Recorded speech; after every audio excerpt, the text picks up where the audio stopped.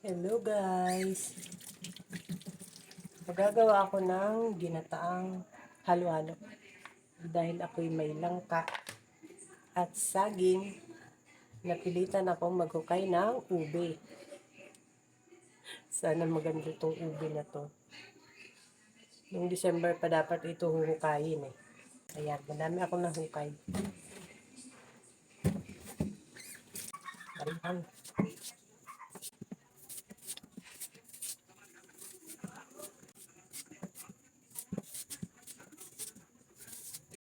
Ayan, gagayatin lang natin ang ube. Nilakyan ko na ang gayat.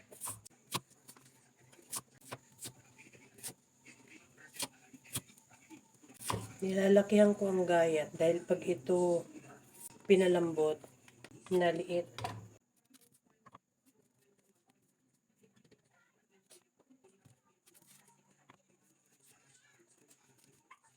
Tanggalin lang natin yung mga pasa-pasa na yan.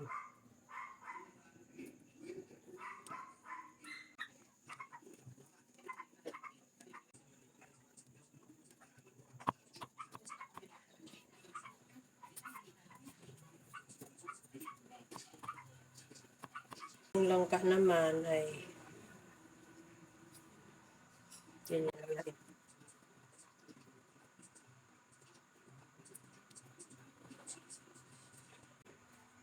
Pagkatapos, itong ube ay papakuluan muna ng isang beses. Tapos, itatapon yung unang kulo.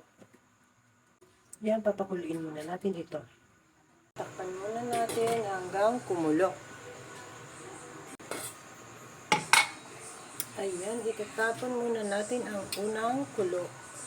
Madulas kasi ang ube pag binalatan, kaya feeling ko makati ang ube pag may ganong madulas. Kaya pinapakuluan ko muna bago lutuin. Ayan, maglagay tayo ng tubig.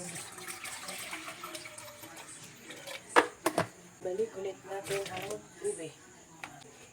Ayan, papakuluin ulit natin. Ayan, kumukulo na ulit. Dahil wala akong nyog. Itong creamer, pwede na. Kailangan lang haluin.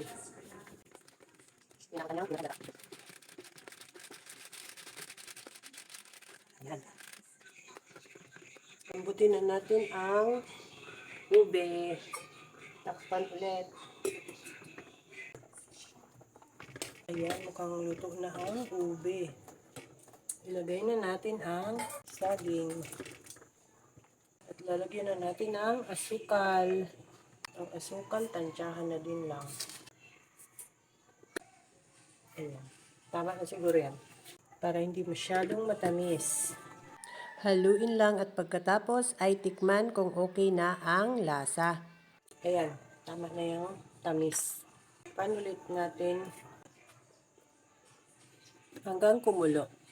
Ayan. Mukhang luto na rin ang saging. Ilagay na natin ang langka. Ayan, isang kulo lang yan. Okay na. Sarap. Pakuluin lang natin ng isang kulo. Pangit kasi sa langka pag na-overcook. Ayan, okay na yan. Let's eat. Ayan. Nakain ko na yung kalahati. Talagang masarap.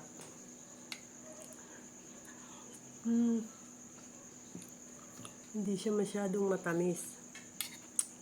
Hindi nakakauta. Tapos yung ube masarap.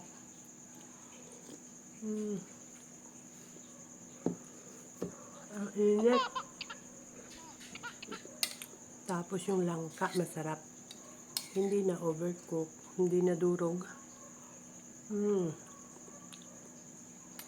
Sarap. Malabo yung ube. Ang lalaki ng gayat ko.